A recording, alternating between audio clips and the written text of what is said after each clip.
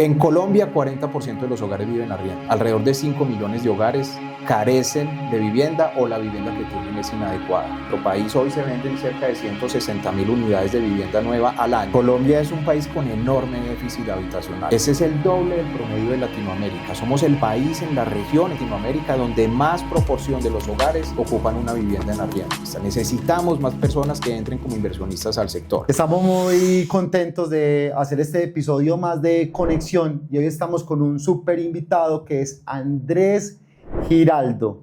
Así que vamos a empezar de una vez, así como nos gusta a nosotros en este podcast. Y hombre Andrés, bienvenido. Bienvenido a este espacio que es su espacio. Y yo te digo una vez, vamos a entrar en materia.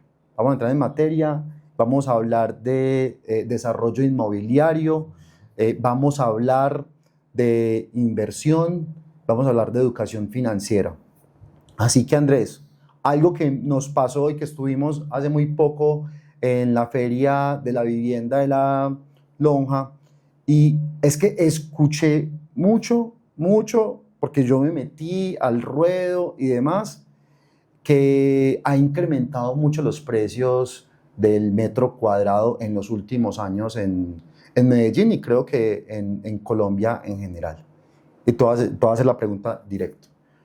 ¿Las constructoras, los desarrolladores en este momento están especulando? Oscar, gracias por esta invitación. Es un gusto compartir este espacio contigo. Un saludo a todo el equipo que te apoya acá en la elaboración de este evento, de este podcast. Oscar, yo respondo con un contundente no hay especulación. Realmente lo que hay son fenómenos económicos, sociales, de turismo, de flujo de personas, de dinámicas de consumo intergeneracional que van generando una apropiación del suelo y de la vivienda de manera diferente. Okay. Medellín es un gran receptor de turismo internacional y eso empieza a explicar un poco la variación en los precios de renta, que la inflación de arrendamientos en Medellín junto con la de Bogotá es la más alta del país y se va trasladando también a la demanda de vivienda nueva con unos precios mayores. Hoy construir lo mismo que se construía hace 10 años, por ejemplo, es mucho más costoso. Hay normas nuevas, hay un uso del suelo diferente, hay unos reglamentos más exigentes que implican que construir la misma unidad habitacional que teníamos hace 10 años sea mucho más costoso. Zonas como Medellín y el área metropolitana están teniendo una relativa escasez de suelo, estamos llegando a la renovación urbana y eso implica unos costos de construcción más altos que terminan trasladándose al precio de venta y exigiendo que por un inmueble de X metros cuadrados se tenga que pagar una razón de valor un poco mayor frente a lo que teníamos en mente de hace un tiempo. Andrés, pero un poco mayor es que en el 2019 teníamos el metro cuadrado en el poblado en 8 o 9 millones de pesos y hoy encontramos proyectos que están en 17, 18 y hasta 21 como alcanzamos a ver en la feria. Es un incremento pues, por encima del 100%. Ese incremento sí da todas esas razones. Sí, claro, hay que mirarlos en el contexto amplio. Te focalizas en el poblado y pones el precio máximo de 20 millones. Hay proyectos de hasta un valor mayor. Pero cuando uno mira el promedio y empieza a entender por qué los promedios se incrementan y lo mira desde la perspectiva, por ejemplo, del incremento del salario mínimo. Entre 2019 y 2025, el salario mínimo se ha incrementado alrededor del 80%. El costo de mano de obra para construir tiene una preponderación muy alta dentro de la estructura de costos de elaborar un proyecto. Cuando miramos la tasa de cambio entre 2019 y 2025, tenemos una volatilidad alta que ha implicado una dificultad en prever los precios de productos, insumos importados destinados para la construcción. Ese es otro factor que nos pega de manera considerable a la hora de estructurar y ejecutar un proyecto. Y no desconozcamos la inflación. Cuando estábamos en 2019, la inflación, el índice de precios general, el incremento general de precios de Colombia estaba alrededor del 1.5%, creciendo a tasas del 1.5% y se fue a máximos del 13% en 2022-2023. todo se encareció, producto de esa reconfiguración de 2019 antes de la pandemia a 2025. Y en la zona del Poblado, en tu ejemplo, empezamos a ver una restricción enorme en la provisión de tierras y de suelo para poder llevar a cabo la ejecución y la construcción. Ahí hay una mezcla de productos complejos, de dificultad de proveer parqueaderos, tienes que consumir índice de edificabilidad para poder proveer parqueaderos, tener que pagar unas compensaciones de obligaciones urbanísticas en otras zonas de la ciudad que se encarecen porque estás construyendo en el poblado. Entonces creo que si nos enfocamos ahí encontramos unas variaciones importantes que a veces no es fácil que el público las entienda, pero si abrimos el panorama y vemos el ámbito económico completo con todo lo que se ha incrementado, los insumos y lo que se necesita para construir, entendemos que no obedece a una especulación, obedece a unos factores fundamentales de orden económico. Ya vamos a continuar, Andrés, tocando este tema, pero antes de eso, qué bueno que nos digas quién es Andrés Giraldo y te presentes con nosotros acá y por qué esta autoridad puede hablar de ese tema también. Perfecto, Oscar. Yo soy Andrés Giraldo, soy el gerente de Growth Lab, que es un emprendimiento que arrancamos con el ánimo de esto y ofrecer valor agregado a toda la industria y toda la comunidad asociada al ámbito inmobiliario, a toda la cadena de valor de la construcción. Yo soy economista en el frente académico y estudié una maestría en administración con énfasis en finanzas, y en el frente laboral pasé por el ámbito de riesgos en Bancolombia, luego fui el director del equipo de estudios económicos en Camacol, en la Cámara Colombiana de la Construcción en el capítulo Antioquia, donde nos conocimos ya hace varios años.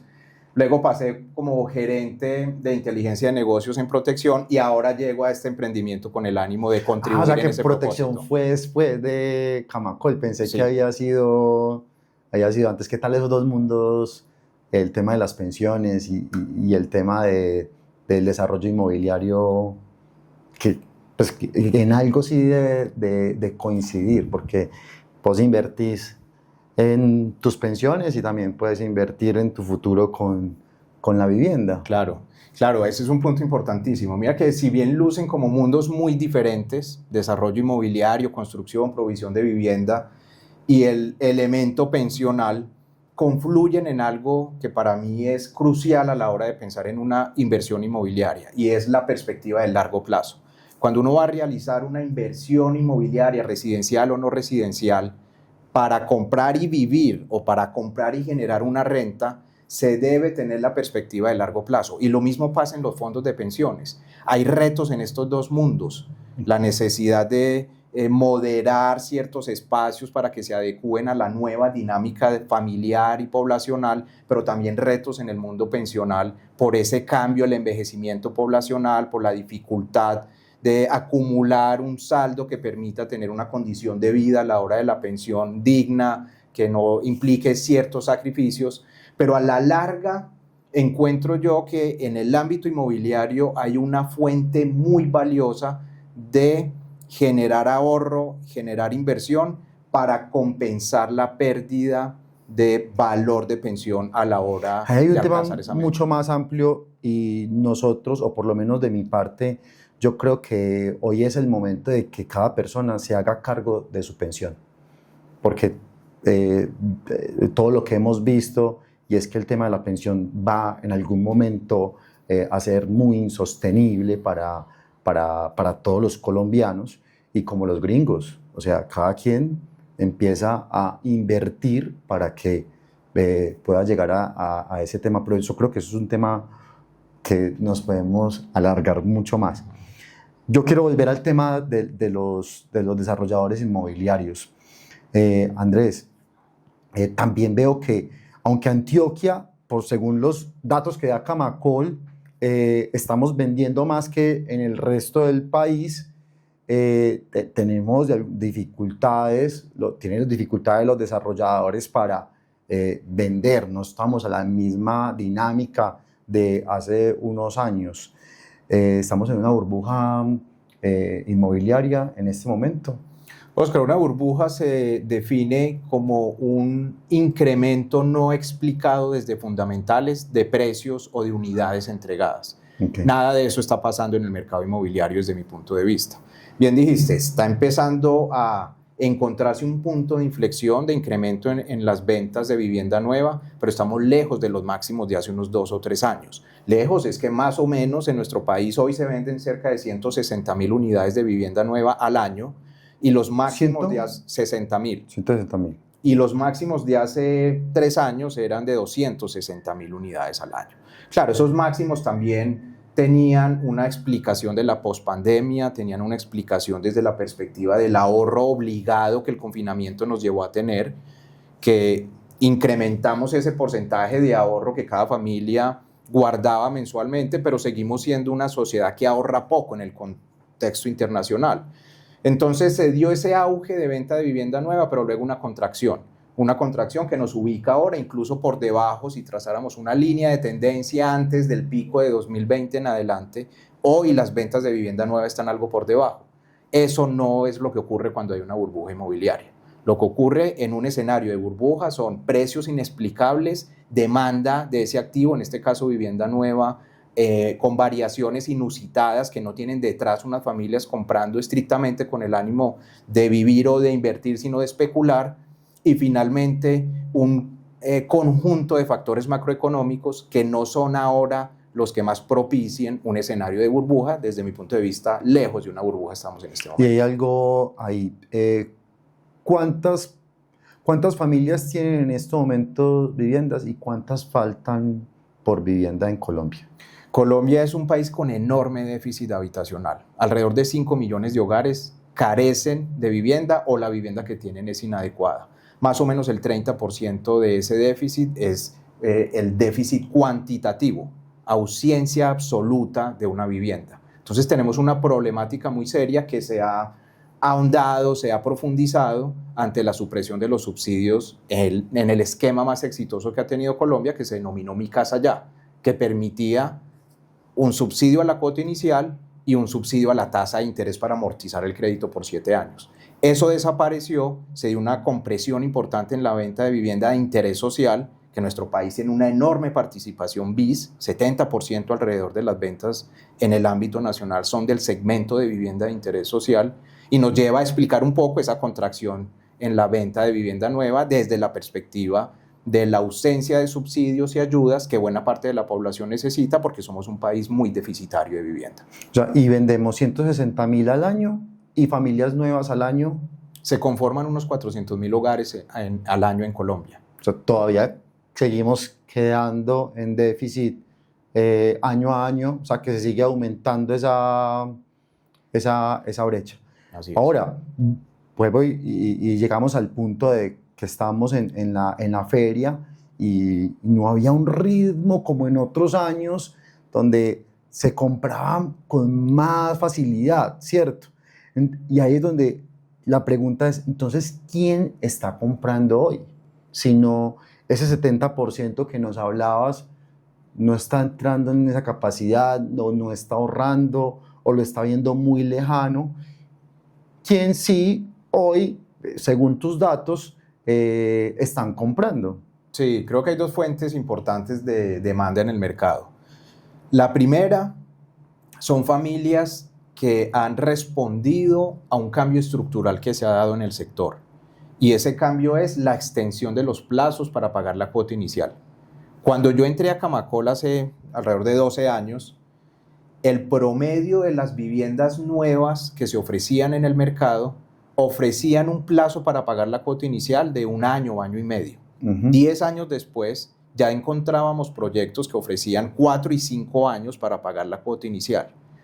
Lo que ocurrió es que el constructor, el desarrollador, identificó que ese era un mecanismo para obligar, entre comillas, a ahorrar a las familias, porque ese era un mecanismo idóneo para que no destinaran esos recursos para otros propósitos, que luce un plazo largo, 4 o 5 años, ahorrando para una cuota inicial, pagando esa cuota inicial, pero está permitiendo hoy, a la vuelta de esos 4 o 5 años, que buena parte de las familias hayan podido alcanzar esa meta de ahorrar una cuota inicial. Las tasas de interés ya están confluyendo a un punto más de equilibrio que esos máximos y logran el cierre financiero con un crédito hipotecario. Esa es una fuente de demanda.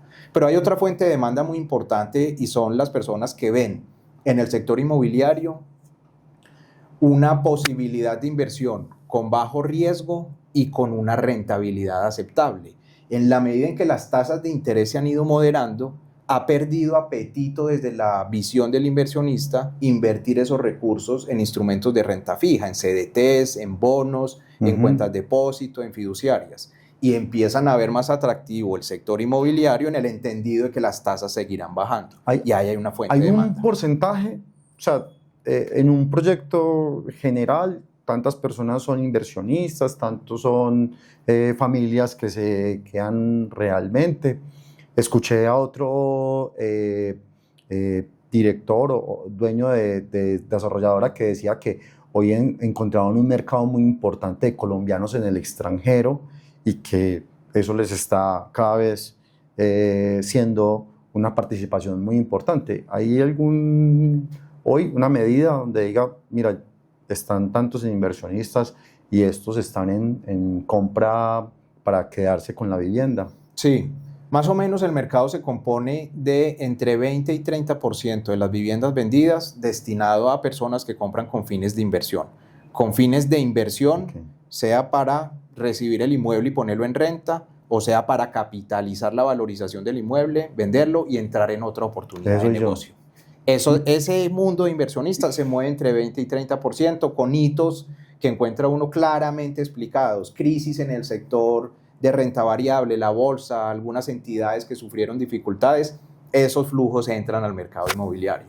O el momento de tasas altas en el sistema financiero, un poco menos de participación en el ámbito inmobiliario. Pero se mueve históricamente entre 20 y 30% de agentes con fines de inversión comprando unidades nuevas. O sea que el 70-80% compran para vivir, para ocupar ese inmueble, para residir en él.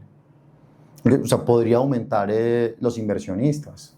Sí. Porque pues, si tenemos un déficit de vivienda, pues, y hoy con el modelo que vemos, parece que nos vamos a ir al servicio. O sea, que esto se va a volver un servicio, Oscar, la vivienda. Mira, nosotros cuando analizamos las cifras encontramos fenómenos críticos que explican la necesidad que estás abordando de hacer un llamado a inversionistas. Necesitamos más personas que entren como inversionistas al sector. En Colombia, 40% de los hogares viven arriendo. Ese es el doble del promedio de Latinoamérica. Somos el país en la región, entiéndase por región Latinoamérica, donde más proporción de los hogares ocupan una vivienda en arriendo. Pero también, cuando uno mira las sendas de incremento del salario y de incremento en los precios de vivienda, advierte que ha crecido a una velocidad mayor el índice de precios de vivienda nueva respecto de los salarios. ¿Eso en qué se traduce en palabras sencillas? Cada vez es más costoso comprar una vivienda nueva. Esa brecha está llevando a que las personas acudan cada vez más a la vivienda de renta, a la vivienda en arriendo. Pero esa brecha deja la noción de un inversionista que entra a comprar un inmueble residencial nuevo para ponerlo en renta con una muy buena rentabilidad, con un potencial de valorización importante y con una demanda garantizada, entre comillas. Nada estará garantizado, pero con una probabilidad de riesgo de vacancia mucho menor. Entonces necesitamos más personas que entren como inversionistas para satisfacer la necesidad habitacional de una población que cada vez más vive en arriendo y con cambios sociales importantes. Que me estás llevando a un tema de inversión que nos gusta mucho, ¿En qué están invirtiendo los colombianos hoy entonces, Andrés? Oscar, la tasa de inversión en Colombia es muy baja. Okay. Diría, para generalizar y expresar el mensaje. Bueno, la pregunta es ¿en qué gastan? Porque quería en qué están gastando hoy los colombianos. Exacto, entonces yo diría no está invirtiendo el colombiano promedio, está gastando.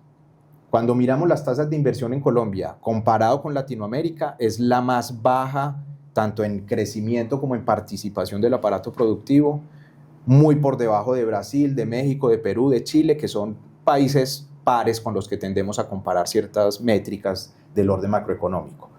Colombia, pero también el mundo, migró a gastar en experiencias, a gastar en entretenimiento, a destinar cada vez más proporción del ahorro y del ingreso a viajes, a comidas fuera del hogar, a actividades culturales, a conciertos, a obras de teatro, a todo lo asociado al Es un entretenimiento y la porcentaje muy experiencia. grande. Cuando uno mira el PIB, que es el Producto Interno Bruto, las tasas de crecimiento de nuestro país, y te paras en 2019 y miras en 2025 cuánto ha crecido cada componente de ese Producto Interno Bruto que se divide en ramas de actividad económica, encuentras que el que más ha crecido es el entretenimiento, y con más ha crecido me refiero a una variación del 115% entre 2019 y 2025. Es decir, los hogares hoy están gastando más del doble en entretenimiento de lo que hacían en 2019. Es donde más está creciendo nuestro país. Pero donde más está decreciendo, menos 19%, es en la construcción, comparando 2019 contra 2025. ¿Eso qué quiere decir? Que las familias dejaron de invertir y se fueron a gastar su ingreso en actividades de entretenimiento y se fueron a apalancar ese gasto. Entonces la deuda crece, mina aún más la capacidad de ahorro y se van a vivir experiencias. Eso es. ¿Será que la gente cree que se va a morir después de pandemia? Dijeron, no, hay que gastar. Pues ese es uno de los fenómenos que la literatura internacional ha investigado. Hay una expresión que se fortaleció en la pospandemia, no nació ahí, que en término anglosajón americano es YOLO, Y-O-L-O, You Only Live Once, usted solo vive una vez.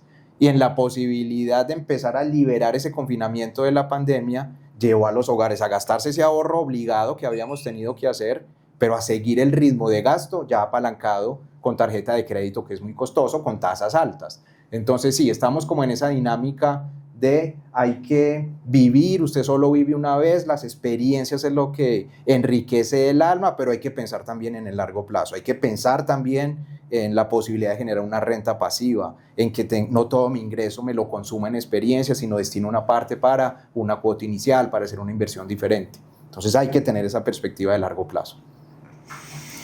Bueno, aquí el tiempo es súper rápido, quisiera que fuera mucho más.